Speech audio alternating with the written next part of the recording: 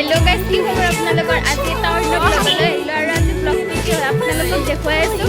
আৰু আজি হৈছে গণেশ পূজা, তো আমি গাইজ আহি পালোঁ মন্দিৰ আৰু আমি চাকি লৈ আছোঁ।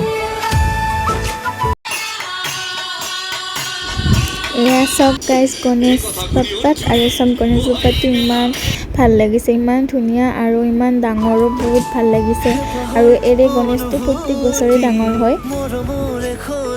আৰু গাইজ দেখিছেনে মানুহ ইমান মানুহ হৈছে, বহুত মানুহ হৈছে আৰু গৰমো বহুত দিছে।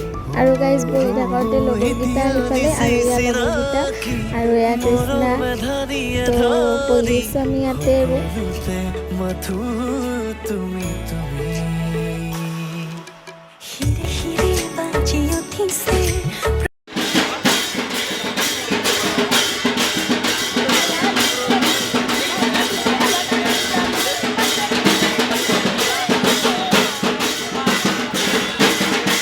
তো গাইজ এখন দুখন দোকানো আহিছে, জিলাপিৰ দোকান আৰু এয়া চাওঁ।